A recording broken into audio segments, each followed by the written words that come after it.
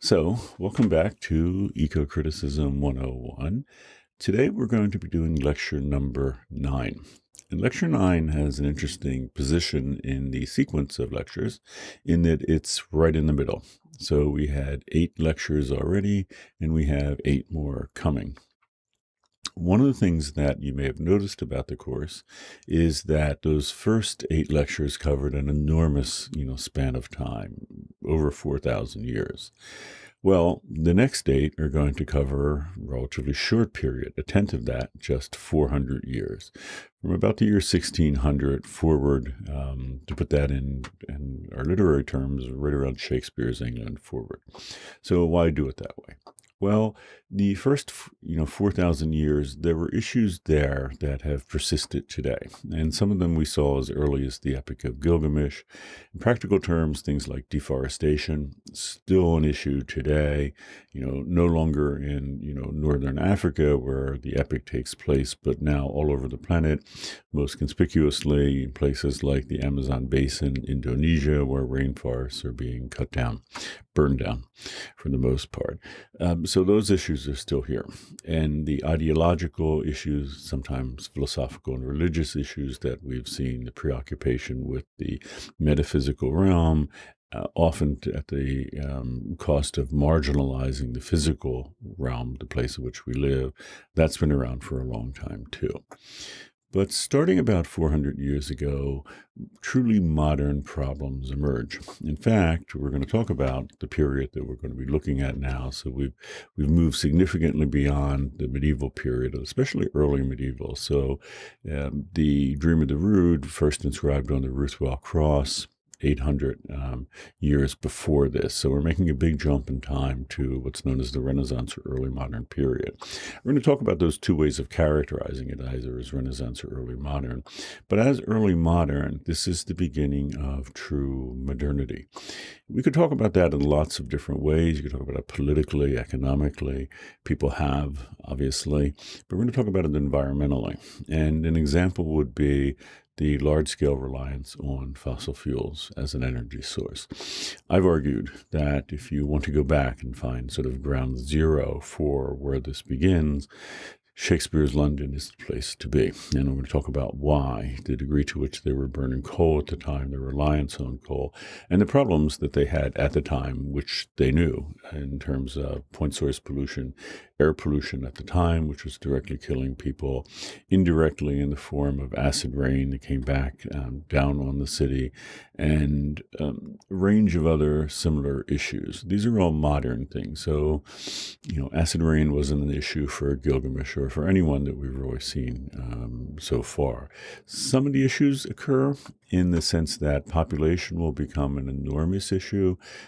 It will become an issue for the planet the way it is today as we approach a global population of 8 billion people. But a place like London, where the population will increase tenfold from the beginning of this period, about the year 1500, to the end of the period, 1700. That's a dramatic increase in London's population, and that will, sort of be a harbinger of what's to come insofar as, that didn't happen now just in one little city or one country, but rather on the whole planet. So, yeah, we've entered or will be entering modernity, and we will be confronting modernity's problems. So let's jump right into that. Here we are. Prezi, let's jump right into number 9. I've called it the Renaissance. We could call it early modern too. So let's look at that distinction here. So, you could refer to this period in England as 1500 to 1700 as Renaissance or the early modern period. You will hear it described both ways, and many people will use the terms interchangeably.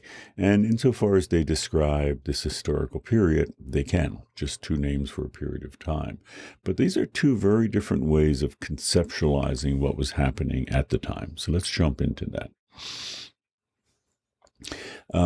according to Petrarch, and Petrarch is an early Renaissance writer, so you may recall in the last lecture I noted that the Renaissance came to Europe before it came to England, and especially places like Italy. Italy is sort of the epicenter of it.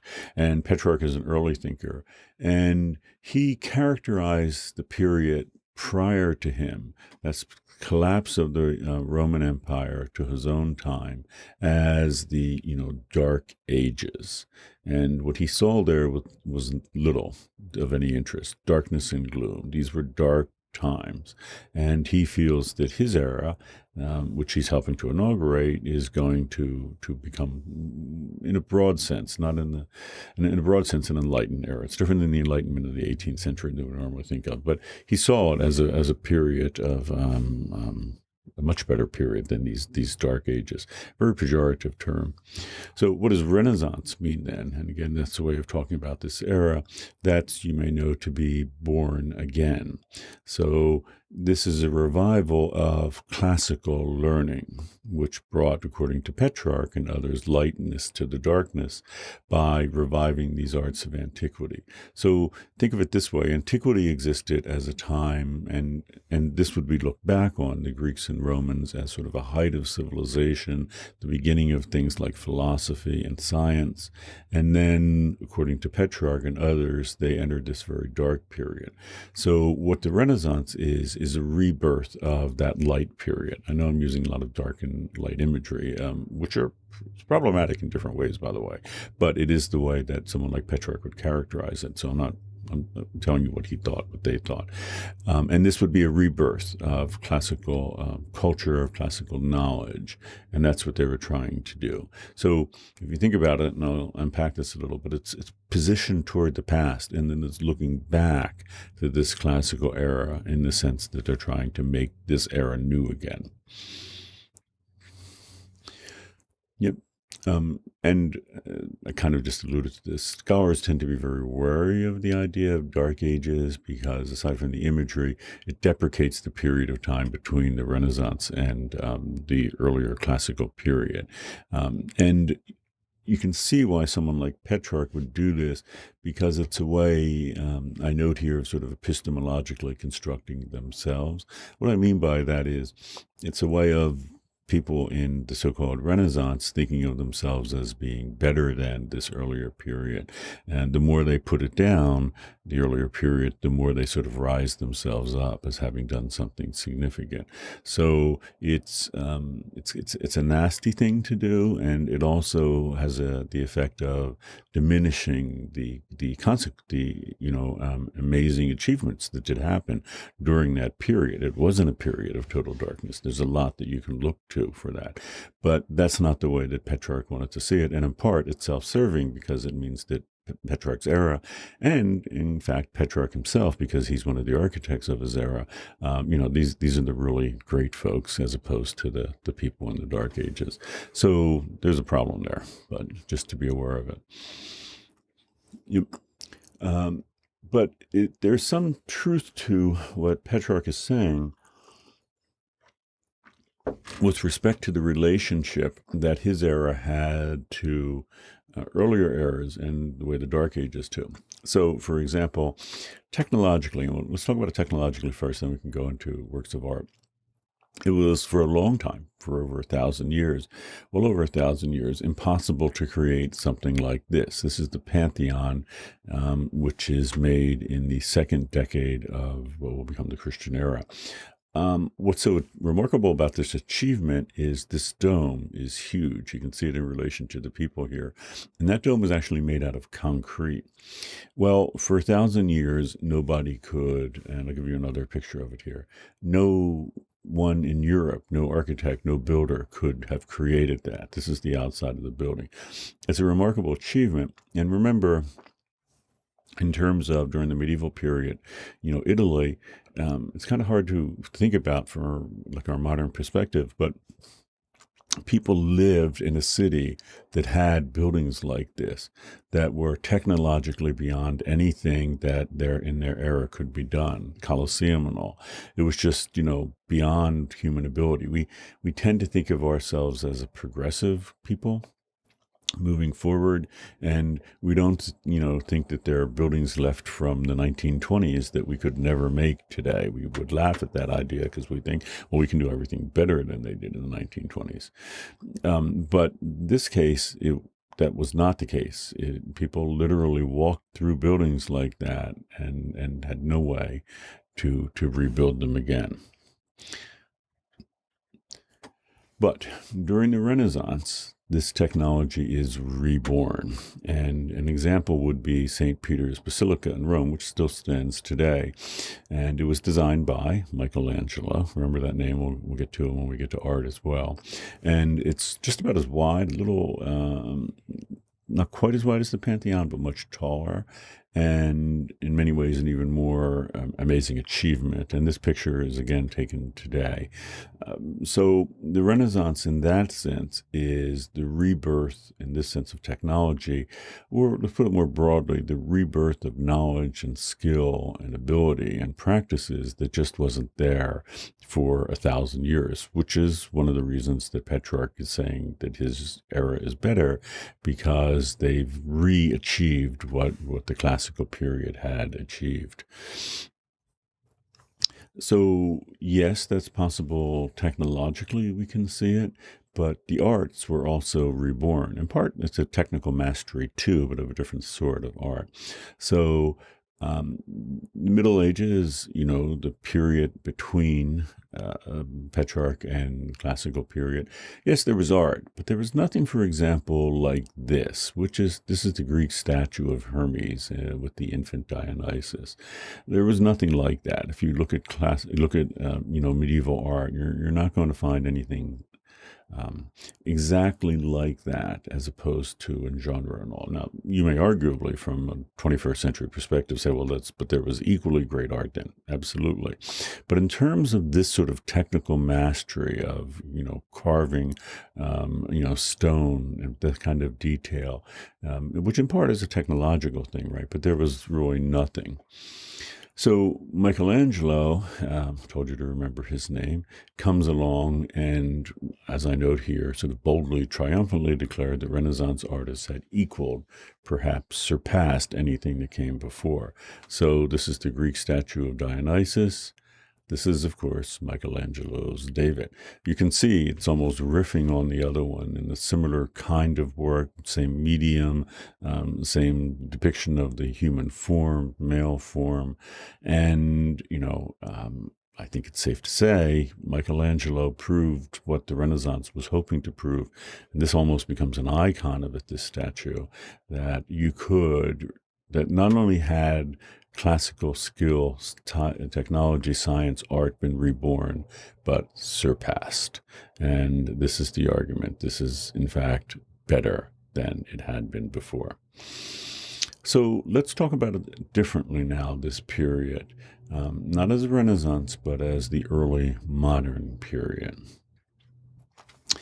The English Renaissance, roughly from 1500 to 1700, same period of time, also called early modern. So unlike the phrase Dark Ages, which is largely coined by Petrarch in the 14th century, the term early modern is only relatively recent. And that's because you can only characterize it as the beginning of modernity if you have a clear idea of what you think the modern is. And so as modernity unfolded, people began to think that they had entered a modern era, and they began to look for where this began. And according to them, it didn't begin with, their medieval period. And again, this obviously you can contest this, but when they characterized it this way, they went back to the early modern emergence of modernity. Now, scholars will push that back. I can tell you right now, scholars will push back a lot of what we're saying here, from medieval to early modern. From early modern to medieval, where you can see so many of the things we're going to talk about as having their roots that go back hundreds of years before this. That's true, actually. It's quite true. But in terms of, the historical characterization of early modern, why we talk about this period in this way, this is why. And again, it's only from the vantage point of modernity. So how does this work out?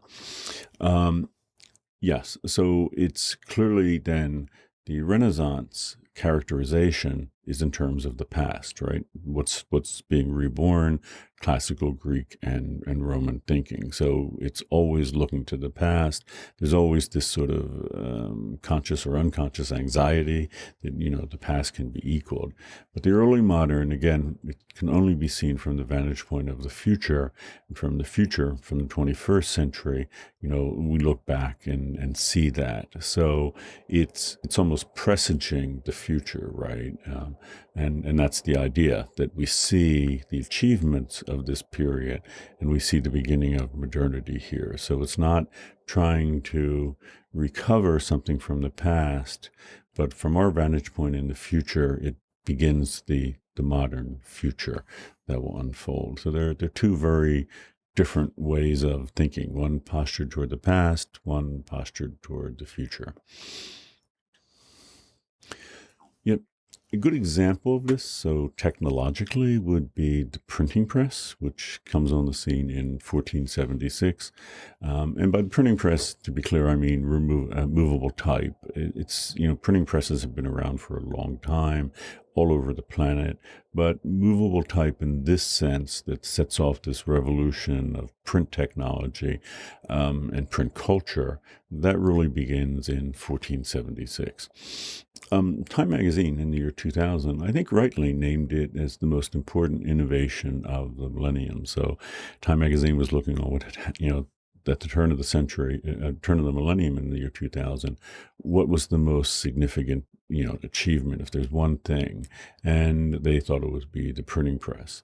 And why? Because it brought about modernity. Printing press brought about, large-scale distribution of print material with education. That meant, more and more people were literate, knowledge became spread all around the planet. Big deal. But there had been, really nothing like that in earlier periods. So if you think in terms of the Renaissance and go back to Greek and Rome, nothing like that at all. So we can only, who would have known in 1476 that maybe, Gutenberg did, but that this would change the planet for hundreds of years, but it did. But again, it's not a revival of classical learning. It's something entirely new, or for the most part new. And that's a good way to think of the early modern. So again, Renaissance, you can talk about buildings you couldn't build for 1,000 years, and then the rebirth of that technology. But this is a birth of new technology that really hadn't been on the planet before, and it will become so crucial in the centuries to come, which will be in this way of thinking, the full, blown emergence of modernity. Yep. And so in the same way that we looked at, technology of architecture like building domes, and then shifted to art and something like Michelangelo's David as a rebirth of classical technique and sensibilities and ability, you can do the same with art here. So this is Hieronymus Bosch's The Garden of Earthly Delights. So if you're taking this course, you may be familiar with this because the Leonardo DiCaprio film Before the Flood opens with it. This is actually just the center panel. It's a triptych. It's flanked by somewhat shallower panels on either side. And this is, I would argue, a wonderful early modern work of art. This is different than Michelangelo's David. Why? Well, arguably, there's really nothing like this before, certainly in the classical period. This is not like classical art. This is something very different again. But if you're looking for a similarity to it, I think what you would want to do, and by the way, this is a close-up of it, it's very much a surreal, imagined landscape.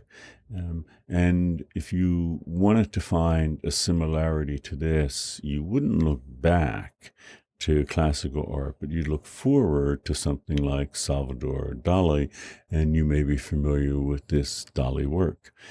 You can see, I'll just shift back again to the detail. The detail here, the surrealness, the dreamlikeness of it, and what Dali is doing here. So arguably, if you were, an art historian and you wanted to go back and find the beginning of, the kind of thing that would lead to Dali, you could push it back, I would argue, till the Renaissance and something like that. And that's how the early modern is characterized, these two very different ways of the period. So Michelangelo's David, a triumph of Renaissance art, rebirth of the classical, and something like the Garden of Earthly Delights, a triumph of the early modern art, because it is kicking off what will become modernity. Okay, so fortified with that, let's look at London in the early modern period. In many ways, England in this period was unlike anything that had come before. So you could argue that Rome sort of becomes the greatness that it had been before in this period, in that early Renaissance achieves what the classical period had done. England's different, though, I would argue, because England is really presaging the future here. London has a claim, I would argue, have argued, as being the first truly modern city on the planet. And that's not necessarily a good thing, because things like air pollution, acid rain, wetland loss, rampant consumerism, and a range of similar issues emerge here for the first time. Have these existed before? Sure. You can talk about even something like consumerism back in the classical period, and in fact writers, and we'll see, people like Horace in Rome were actually talking about it. But nothing quite like this. This is in features in the same way that Bosch painting is in features like what is to come, and London is it. London, if you want to know about modern issues with modernity's issues with the environment, it's a good place to look. In part, this is because London experiences, I noted, an unprecedented population growth. In some estimates, tenfold from the year 1500 to 1700. Other cities have grown quickly in time, but London developed a host of environmental problems along with it. And we'll get to a moment, air pollution being one of them. And in fact, London will continue to grow after this, not quite the meteoric rise, but it continues insofar as by the year 1800, London achieves what had only happened once before in the history of the West, anyhow, and that is it reaches a population of 1 million people.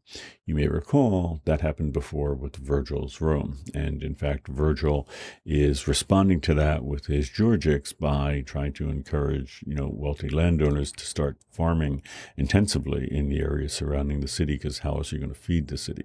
So in that sense, Virgil is responding to a similar kind of growth, but here different things happen, and one of them is air pollution.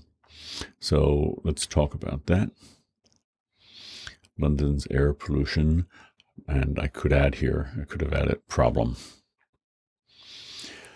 Here's the issue.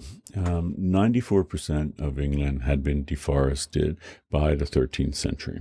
So throughout the West, the typical fuel supply for most people would have been wood. Other things are used and still are used all over the world, like cow patties. So if you dry out, cow poop, you can burn it. And hundreds of millions of people do worldwide as a fuel source still in the 21st century. But in the West, it was often wood. And this goes hand in hand with that spread of deforestation, because as people got to new areas, they cut down the wood.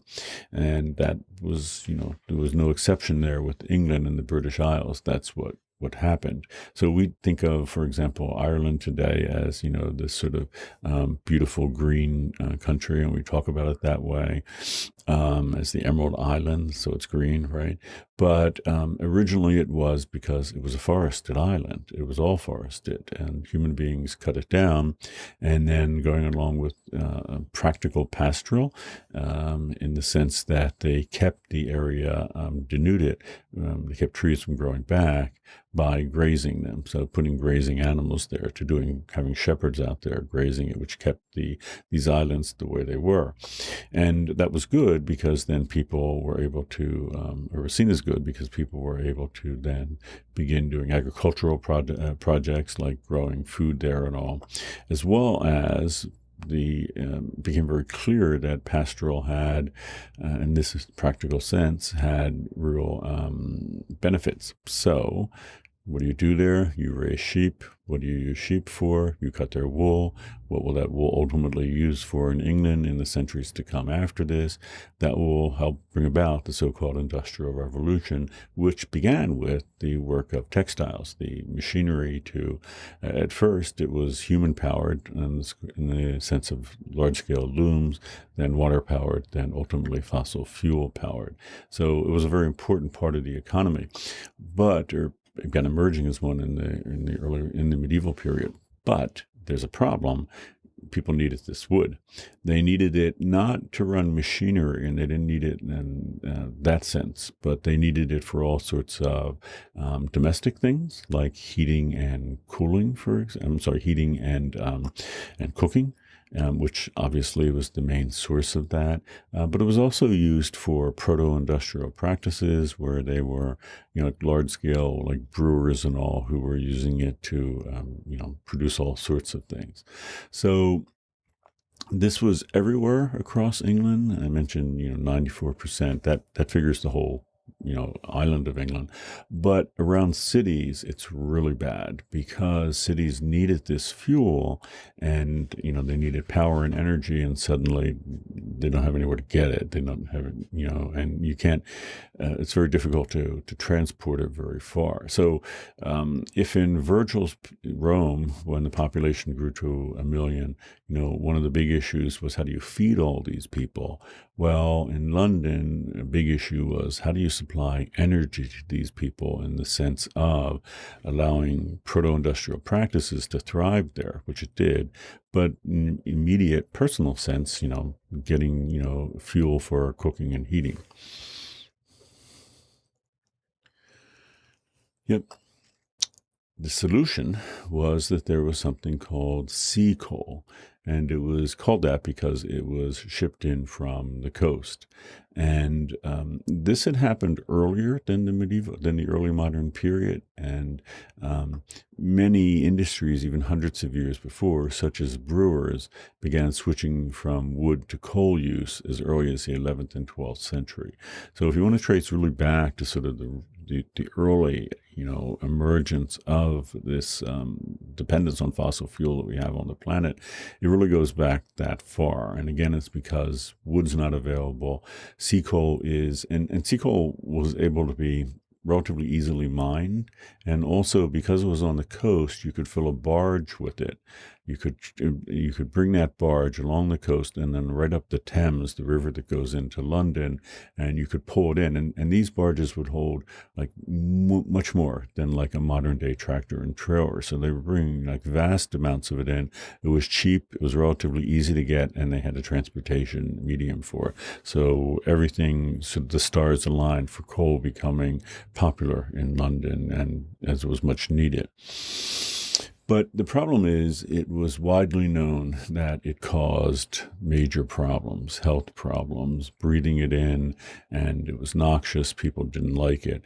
And the first commission, really the first major commission on the planet to study the air pollution problem caused by burning of fossil fuel coal, was set up in 1286. And then the first actual law against this indiscriminate burning comes in 1307. So this is very far back that we realized, not only in the West, that that we needed fossil fuels because wood was no longer sufficient, because we had deforested so much, but that this had a problem. So it was not like people thought it was all rosy for centuries and centuries. No, very early in the game, they realized it was a problem and they enacted legislation to do something about it. So, um, so this was before, centuries before the sort of meteoric population growth from 1500 to 1700. People already knew it was a problem. And kind of as an aside, this would have become an issue earlier. We would not be talking about London, I think, as the emergence of truly modern fossil fuel economy in the Renaissance, but it would have been earlier. But what happened was the plague, the Black Plague, that swept through Europe and cut the population of England in half. So suddenly there were areas that actually reforested, that forests came back and all, people had wood for a while. It was all fine. But then by Shakespeare's time, the population had rebounded and they were dealing with the problem all over again. So this would have even been earlier if a pandemic hadn't swept through the country.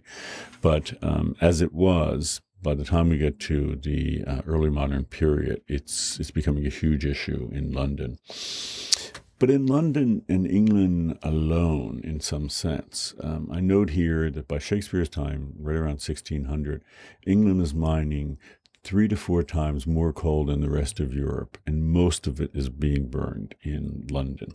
So to put that in perspective, almost as much coal is being burned in London as all of Europe combined in this one little city.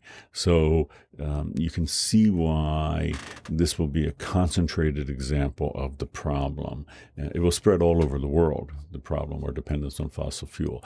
But just the sheer amount that was burned here, the sheer reliance that this particular period had in London on coal is pretty remarkable. And that's why I think it deserves our attention, because, again, it's the beginning of what will become the global economy.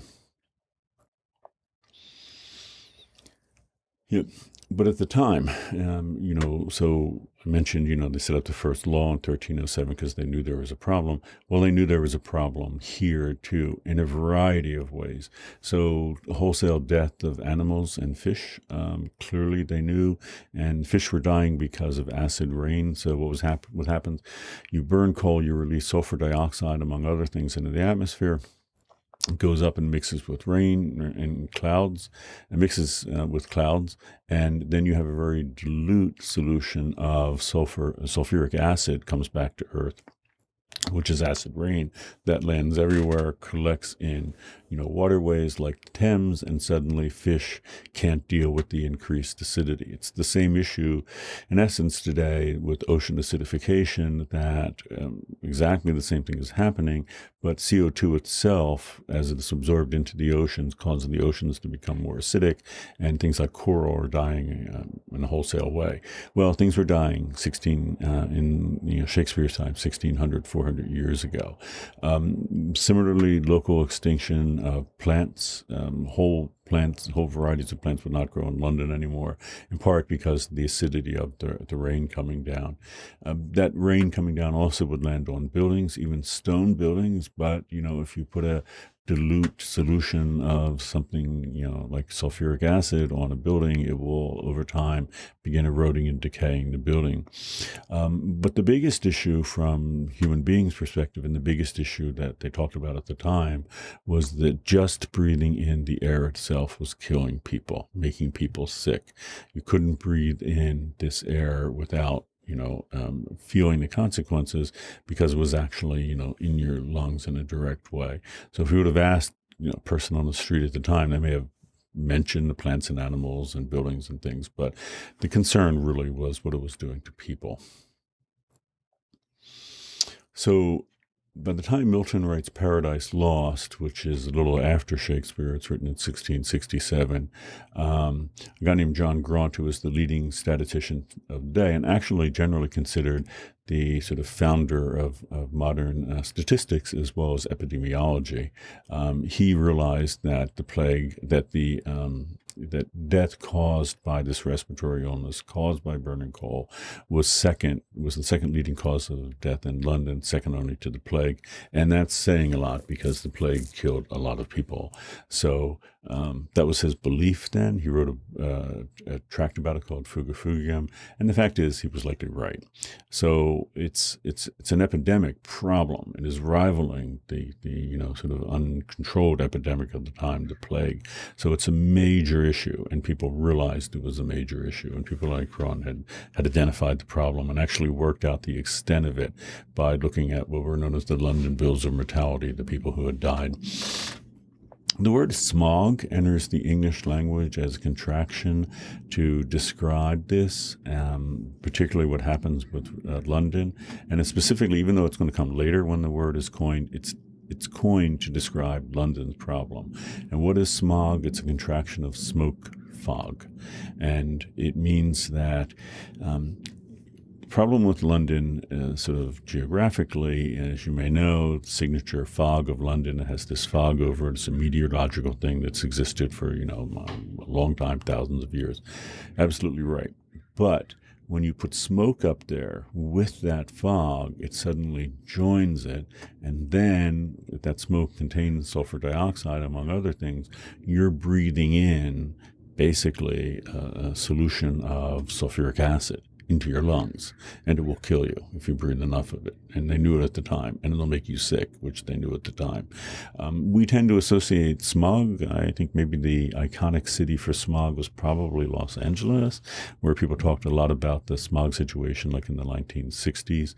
We made that a lot better, I think, with the installation of catalytic converters on cars, which is this little mechanism in your car's engine that actually converts the sulfur dioxide into carbon dioxide, which itself is not good because it contributes to the climate crisis, but at least it gets that point source pollution out of the air where people were breathing it in. So, and we also did that with factories and principally like power plants that burn coal. They have to have something called a scrubber on their chimneys that does the same thing as a catalytic converter. Basically, keeps these as much sulfur dioxide from being emitted and other gases as possible. So whenever you think of fog, think of London, because it's really kind of the epicenter of it. So how does this show up? I mean, how do we know about it? There are people like John Grant, of course, who will talk about it, but it also, if you look in literature, it's there as well. Medieval and early modern depictions of hell would be an example. As in London, people start talking about hell being this smoke-filled place with sulfurous smoke that smells like sulfur. Why is that? Well, it's a sad commentary, really, in that if you're wondering how bad this smog problem was, how bad was the pollution from burning coal, it's so bad that when people are trying to think, well, what must hell be like? Okay, I'm a writer. I want to write about hell. I want to write make it as bad sounding, as nasty, as dangerous, as horrible a place as I can imagine. Oh, I'll describe it like London. I'll describe it like the problem that we have, and the air will be like the air on a bad day here. It'll be choking. It'll be burning. It'll ultimately kill you. It'll make you suffer. That's the way that hell is described, because again, it's as bad a way they can imagine something as possible. Sad commentary, huh? If you look, by the way, at other countries, and a great example would be Dante's Inferno, an earlier work. And if you look for the description of hell there, and is a very, very complicated, multi-part, multi-tiered layer of description of hell, you're not going to find anything about sulfurous emissions there from coal. You're not going to find anything like that. It's not what it smells like. So Dante's Inferno, it's more like a putrid smelling place. So you're imagining it. So say you've never been to a place like London where they're burning coal, and you just have the kind of experiences people had, for centuries elsewhere. Well, what would it be like? It would stink horribly. I mean, in terms of the smell, not like sulfur, but like decaying food, decaying, animals or something. It would have that putrid, stinky smell, because that would be the worst that you could imagine, because you didn't have this other, thing to talk about. So, and actually, I note here, so when the translators of what we call the King James Version of the Bible, which was at the time called the Authorized Version because it was authorized by King James, and that was in 1611.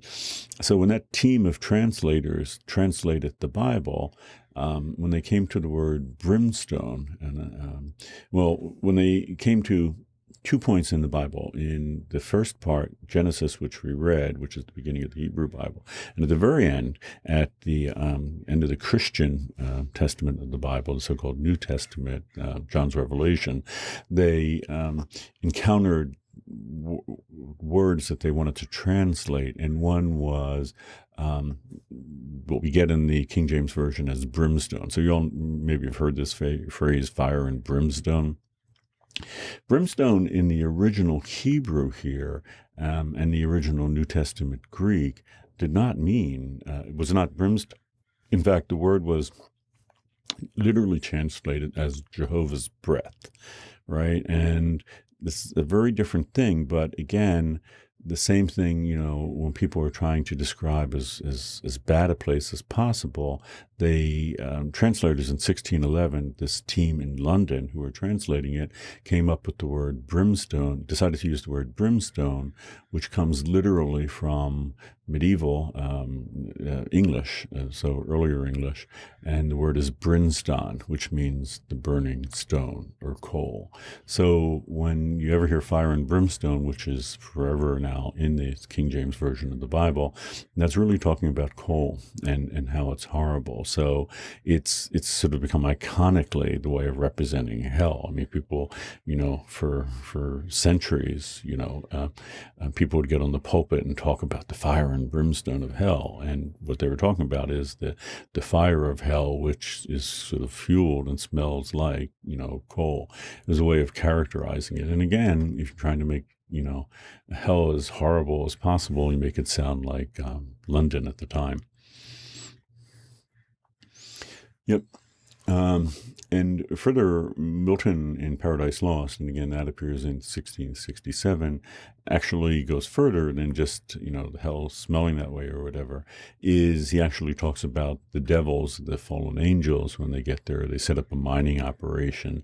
And Milton will actually say that, where did people ever get this idea that they would mine the earth for minerals and things like coal? Well, Paradise Lost, which is sort of a history of humanity in a biblical sense, Milton answers that question. These devils are the one who taught human beings to do it. And he specifically says the devils set up a mining operation in hell. They liked it so much they taught human beings how to mine. So to Milton, mining was clearly a demonic activity. So Milton also goes further. So I mentioned John Fugium, that guy who was the sort of founder of modern statistics and epidemiology, the one who noticed that London's air pollution problem was second only to the plague as the leading cause of death. He actually has a solution, Evelyn does in his work Fugium, was that if you were to plant a ring of trees, like a small forest around London, it would help purify the air, because he believed that the trees could take in the noxious gases. And Milton, presumably having read it, we don't know that he did, but it's been argued, has Eden surrounded by a similar hedge of trees, sort of a protective idea that sort of nature can protect you from the horrible things, or not horrible things, but what's out there. So the environment in London's air pollution. So let's talk about this. This is one of, distinctly modern problems here. And it's worth pausing on that. I mentioned these before, but I'll just go through them a little. So you see, air pollution. Has it existed before in human history? Sure.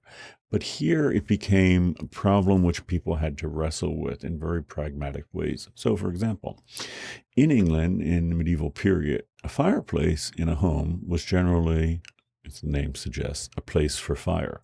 It was over at one end of the house. There was an area, maybe you'd have a ring of stones or it all. And that's where you started your fire and, you hung a pot or whatever over it to cook. There was, interestingly, conspicuously, no chimney in this arrangement. Instead, you may have seen sort of the gable end of houses in this period where there's an opening at the top. And what would happen is the smoke would rise up and there would be an opening at either end of the house and the smoke would go out. Why do it that way? Well, it's a lot easier because you don't have to go to all the trouble of building a chimney, and was generally deemed adequate because the smell of wood wasn't seen as that bad or that noxious, which it, relatively speaking, isn't compared to coal smoke. Starting in the 16th century, especially, it started earlier, but in the 16th century, in the area around London and in London itself, there is a widespread shift to building actual fireplaces, which actual chimneys. Why? Because you need to get that smoke out of your living area as quickly as possible because it's noxious and deadly. So this is a modern thing. Whenever you see a fireplace, think of it as really an outgrowth of the fossil fuel world that we live in today. Toxic waste will become a problem too, because increasingly people are going to be using, and haven't talked about it here, but different chemicals in different ways. And they're going to be using them in the household, and they're going to be using them for industrial practices. We usually call those proto-industrial practices because they predate, the so-called Industrial Revolution. But looking at something like creation of ceramics and pottery, well, there was an extraordinary effort during this time across Europe, really, to create, and part of this was technology derived from the encounter with places like Asia, where they were more advanced when it came to making things like pottery and glazes. But the idea that you could create glazes in every color became like a preoccupation with people, so that you could glaze pots in a variety of different colors. And then ultimately, sort of the holy grail here was the creation of white, which ultimately happened. People like Francis Bacon, who's the so-called, founder of modern science, was very keen on what was happening in these proto-industrial practices because he saw that, well, he was very much rejected the idea that science should be a Renaissance project because he came to the conclusion that the Greeks and Latins pretty much knew nothing about science. He said that, can't quote him exactly because it's in translation, but they basically had a child's understanding of science. It was very, incorrect. And he was vexed that, schools were teaching this instead of looking to artisans like people making glazes because they were really, ahead of the curve and they were pushing science forward. And he saw them as, they should be, that sort of experimental engagement with the world should become the paradigm for science, which it ultimately did because of Bacon and then later the Royal Society in England. But all this had a consequence because, you're using a lot of different chemicals, you're dumping them in the water, people downstream are, getting them out of the water, getting that water out and drinking it.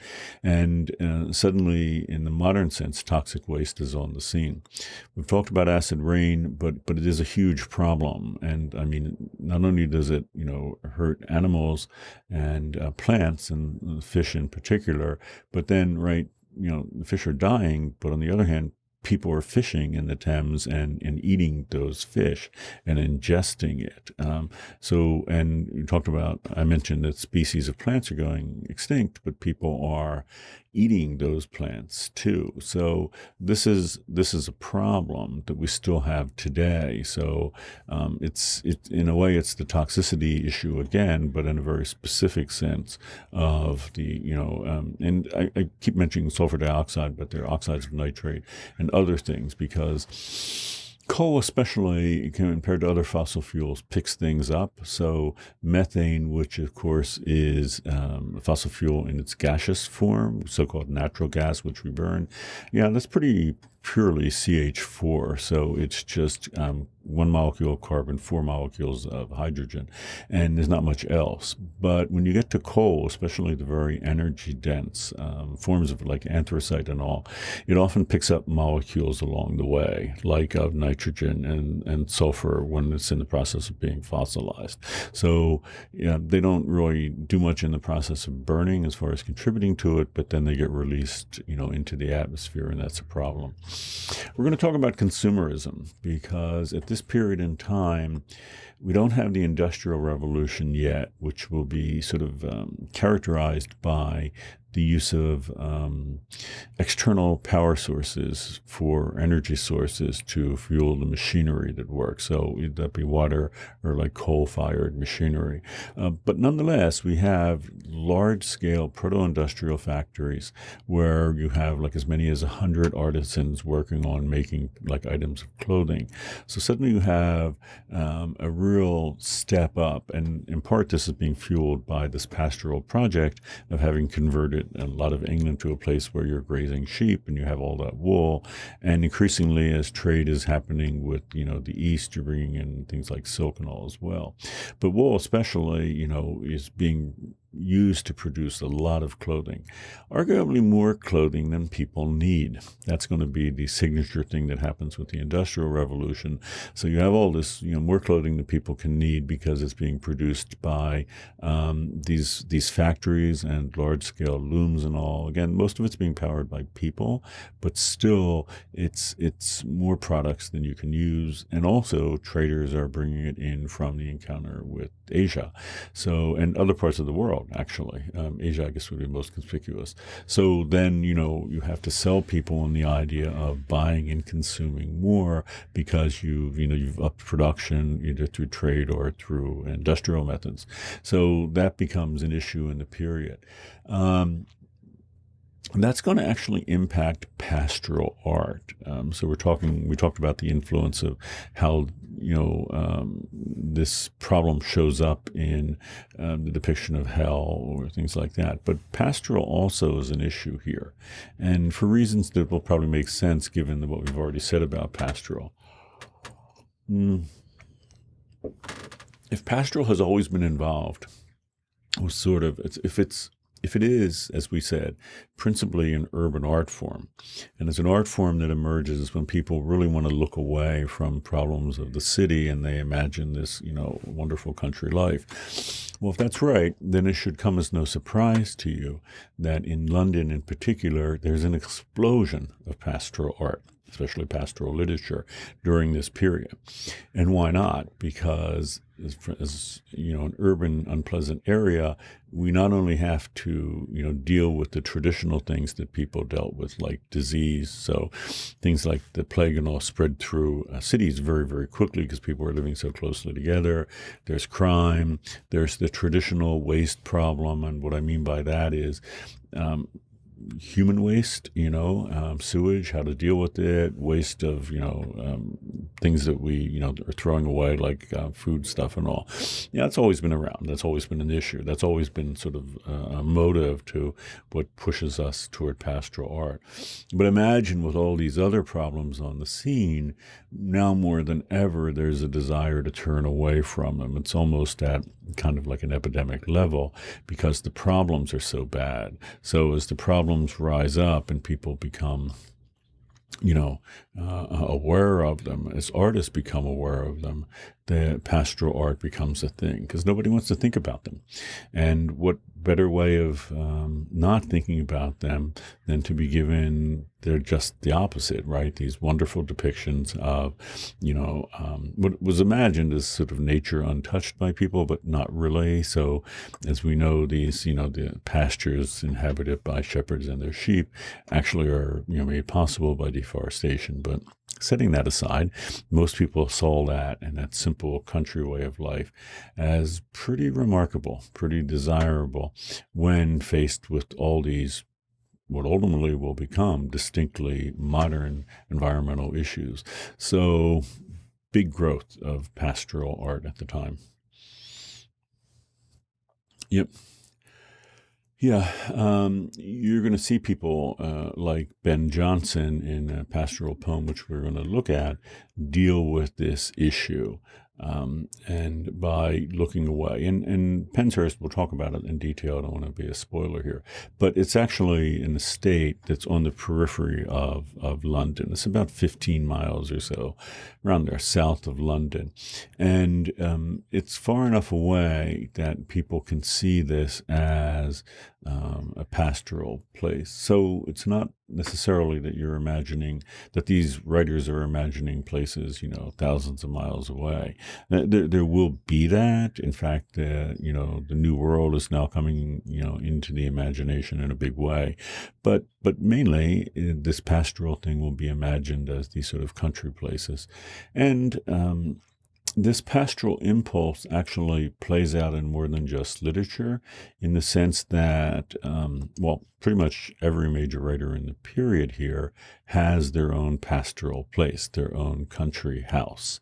And the idea that you would have two houses is, first, a consumerist thing, but it's because people wanted to escape the city, and often quite literally. So aside from the distinctly modern environmental problems we're talking about, when the plague hit, as it repeatedly did again and again, the way you could do it would be to shelter at home, but not in the city because it's dangerous. You would want to get out of town very quickly to a pastoral place, to a place in the country where you could just sit out the pandemic, which, is something that people forgot about, I think, I would argue, for a long time. Certainly in the 20th century, we didn't really think about that was the traditional way of dealing with the pandemic. But of course, when COVID-19 hit, suddenly this all came back. And, it had always been happening with plagues, but we just never had one before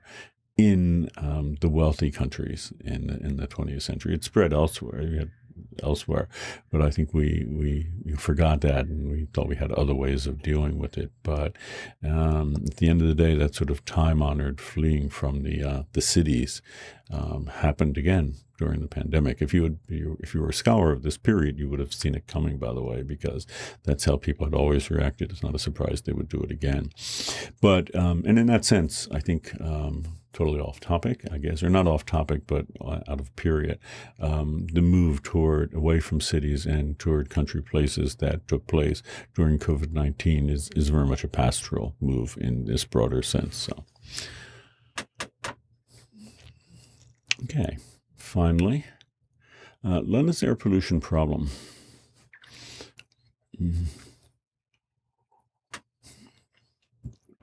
This is Claude Monet, who does a series of paintings of London buildings. These are both of the House of Parliament. So you may know, or I guess most famously, Monet is known for his water lilies, where he actually had a garden and a pond constructed at his house so that he could go out and paint it at all different times and different lights, different kind of weather. And that's sort of, cornerstone of his Impressionism. But Monet also did a series elsewhere, and these are the buildings of Parliament, and these are at different times. People have looked back at these, and we know when Monet was doing them, and we know that they coincided with what was known at the time as the Big Smoke. Actually, London's name will become the Big Smoke. And this is after Shakespeare's time, but certainly in our period is known as the Big Smoke because of this. And what Monet was actually painting in the year 1900 was an air pollution problem, a significant one, a sporadic one that came about back and forth during the times when London had major bouts with this smoke. And it's They're wonderful in that sense, but people had looked at them for a long time as sort of different weather. So you would say that's sort of like at nighttime and all.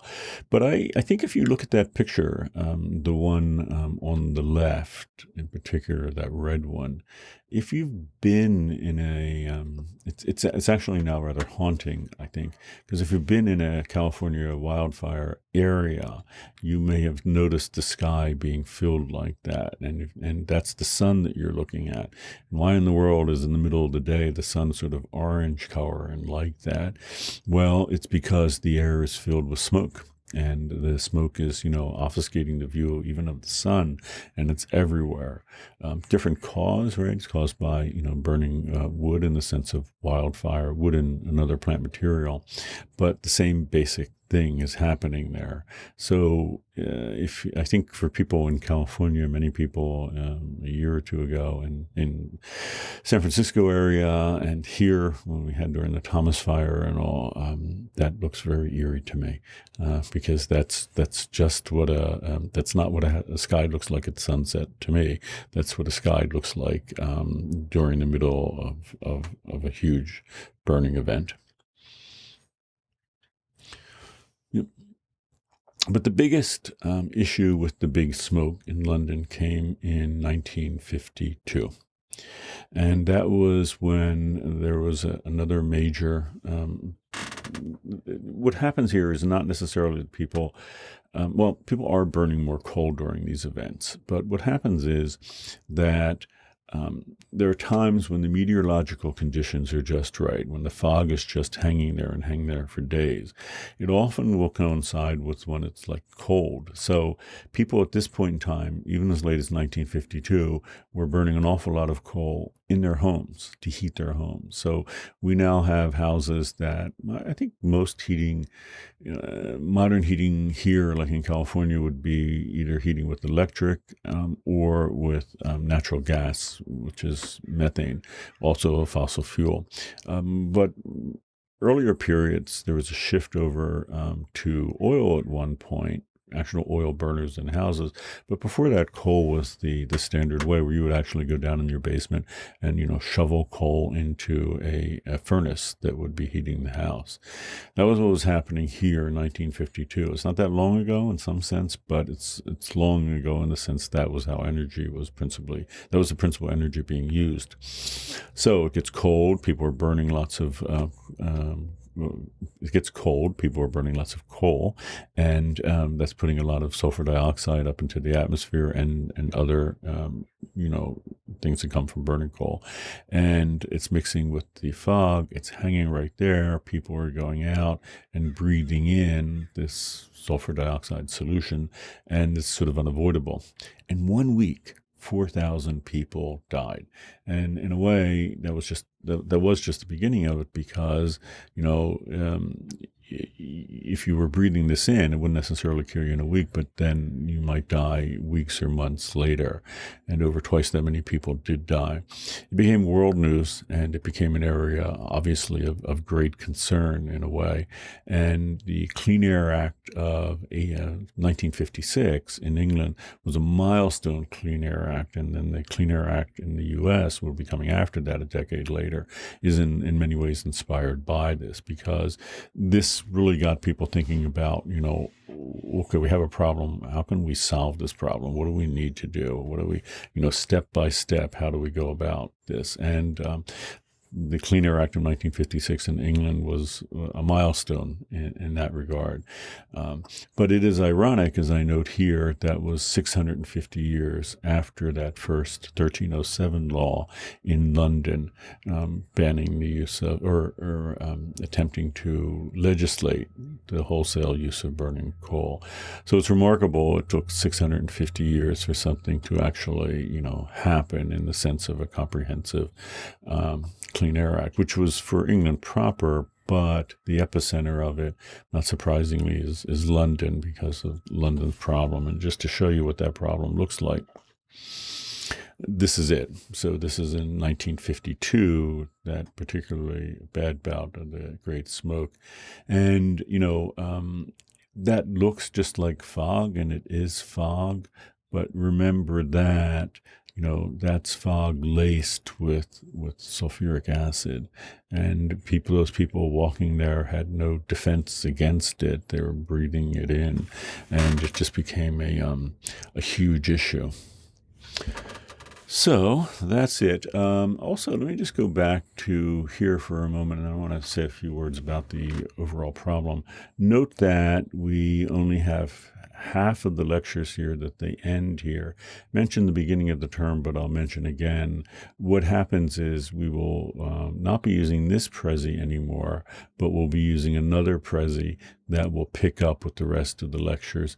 And you'll see there's a little bonus lecture hanging down here, which is actually on Buddhism. So we will, in addition to looking at the directory of the West, I wanted to look at one non-Western culture as sort of a relief, a way of understanding Western culture better, that we might think that this is the only way of being, but there are other major influences across the world that conceptualize things, like in terms of things we've been talking about all along, like dualism, mind-body dualism, spiritual metaphysical dualism, and all that, in a very different way. So we'll be looking at that tradition. But anyhow, so next time our lectures, when we pick up with number 10, will be here. So take a drink here. So the big takeaway here, I think, and we're going to be looking at some Renaissance literature, early modern literature next, is to realize that, this problem is now on the scene by the time you get to Shakespeare's time. It will radically increase in some ways, but people still have to wrestle with this basic problem, which I've argued is one that we have today. So London's deforested itself. The area around London's been deforested. It has to rely on coal. But at the same time, even before John Graunt systematically realized that this was an epidemiological problem, people knew that it was dangerous. It was killing them. But at the same time, they were hooked on the need for fossil fuels. And sea coal, and if I didn't quite underscore it, let me say it, it was cheap.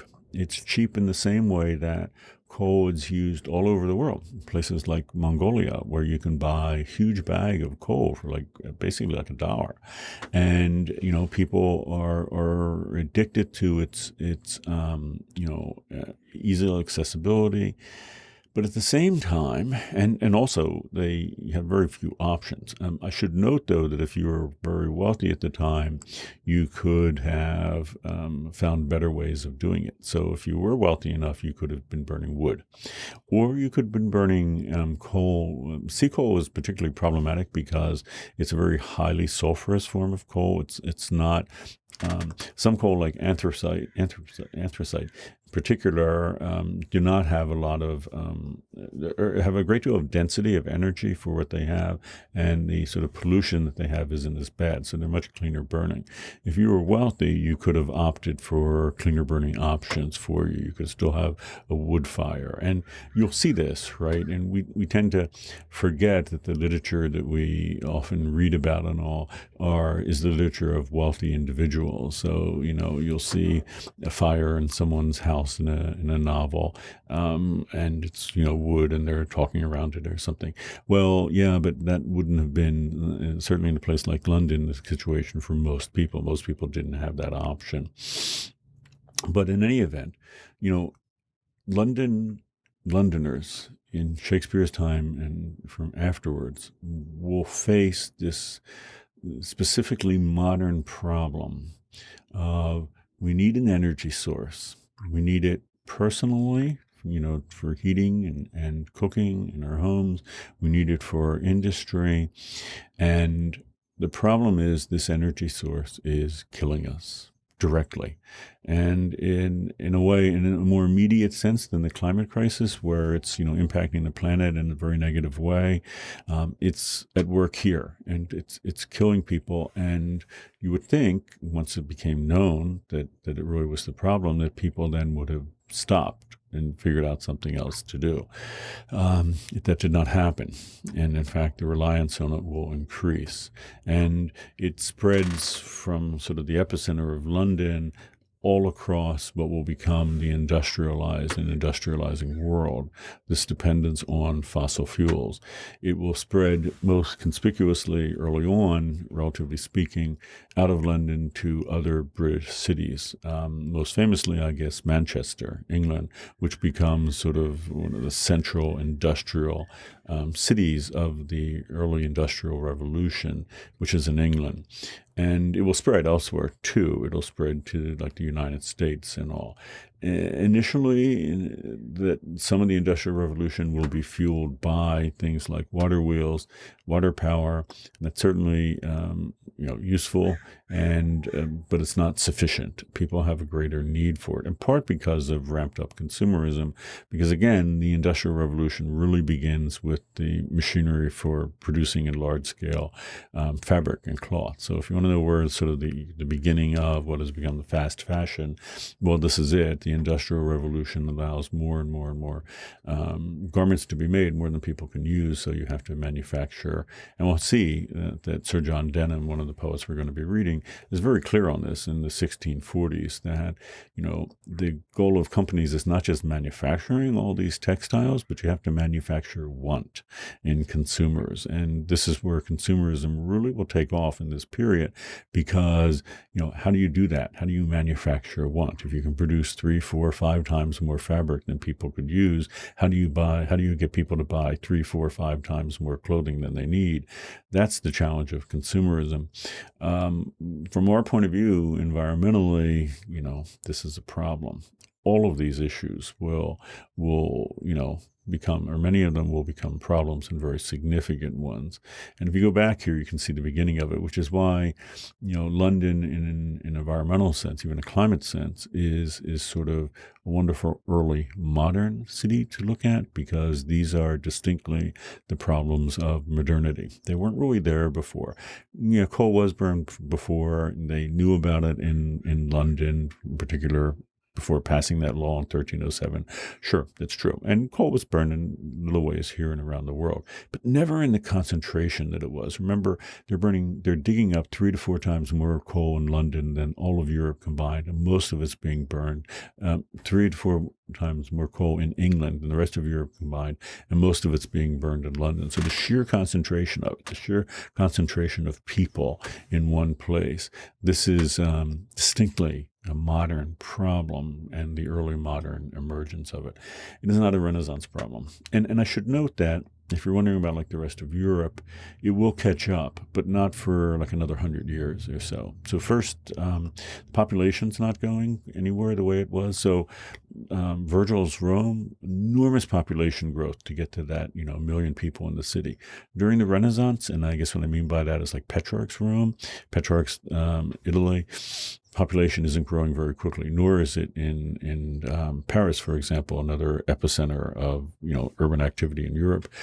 It will a century later, because Paris will face the same problems with deforestation and all. Paris will face the same problem with food, and we haven't really talked about that, but in the same way that Virgil was asking wealthy landowners to farm so that they could provide food to feed this growing city, the same was being done outside of London with early farms, intensive farms. But I think most famously was made afterwards with Paris, which what has known, if you're a gardener, French intensive gardening, and that came from the idea that you needed to use what little land you had to very intensively grow vegetables to feed people, and that was the area in and around Paris. But it happened in and around London and all before.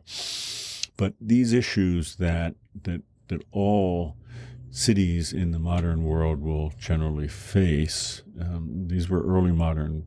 This is the early modern emergence of these, and we'll see this again and again and again. And it's interesting to look at, because from our point of view, how people responded to this, how they responded to the idea that you're engaging in this practice that is killing you, but you can't stop engaging in it because you need it.